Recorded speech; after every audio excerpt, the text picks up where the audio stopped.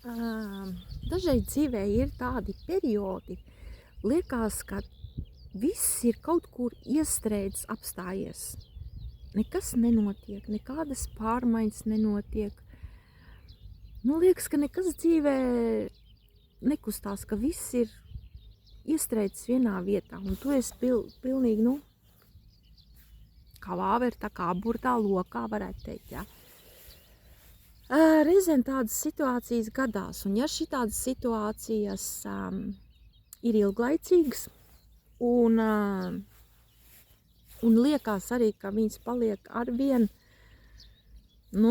grūtākas, arvien sarežģītākas, arvien smagākas, jā, kaut kādas situācijas, jā, kaut kādas emocijas, domas un viss kaut kas, situācija kļūst arvien sliktāk, un ja tas ir ilglaicīgi, tādās reizēs arī gadās, kad no mūsu dzīves arī pazūd, teiksim, cilvēki. Bija kaut kādi kontakti, bija saikne ar kaut kādiem cilvēkiem, draugiem, ja, un tie arī kaut kādi dīvaini pazūd. Vai radinieki, jebkādu veidu cilvēki, ar ko mēs mēdzām kontaktēties. Tas arī ir diezgan normāli.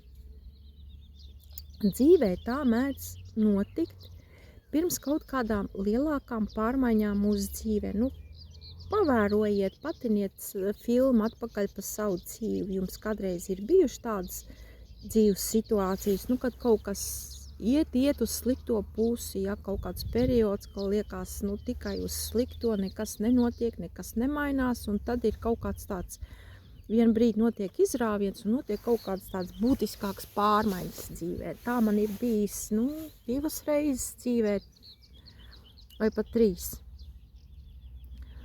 Un pēc tam notiek, kaut kādas būtiskākas pārmaiņas. Dzīves vietas maiņa, darba vieta maiņa, vai personīgā dzīvē kaut kādas būtiskas pārmaiņas. Tas var izpausties ļoti dažādi, bet tas ir pirms tādām lielākām pārmaiņām. Tas nozīmē, ka mēs vispirms priekš tām pārmaiņām tiekam gatavoti, jo iespējams mēs neesam tam jaunajam vēl pietiekami gatavi. Testēti, pārbaudīti ar dažādām grūtām situācijām, vai mēs tiešām tam visam esam gatavi. Tā kā gatavot un arī, tādā veidā arī mūsu dzīvē tā kā atbrīvojas vieta tam jaunajam. Tāpēc tas process viss ir vajadzīgs. Tādas sāpīgas, nepatīkamas lietas, dažādas situācijas, problēmas, viss tas ir vajadzīgs, jo tas viss mūs sagatavo priekš kaut kā jauna.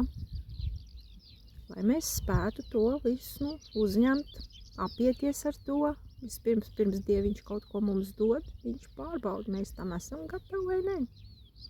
Mēs esam apguvuši iepriekšējās mācības vai nē, un esam gatavi jaunām.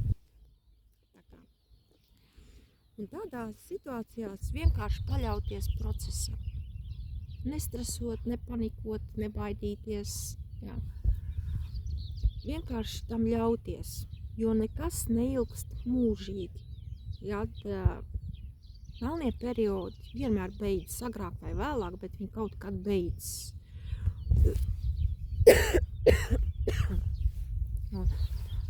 Un dzīve ir tiešām, kā zēpra, jā. Gaišs periods, tumšs periods, gaišs, tumšs.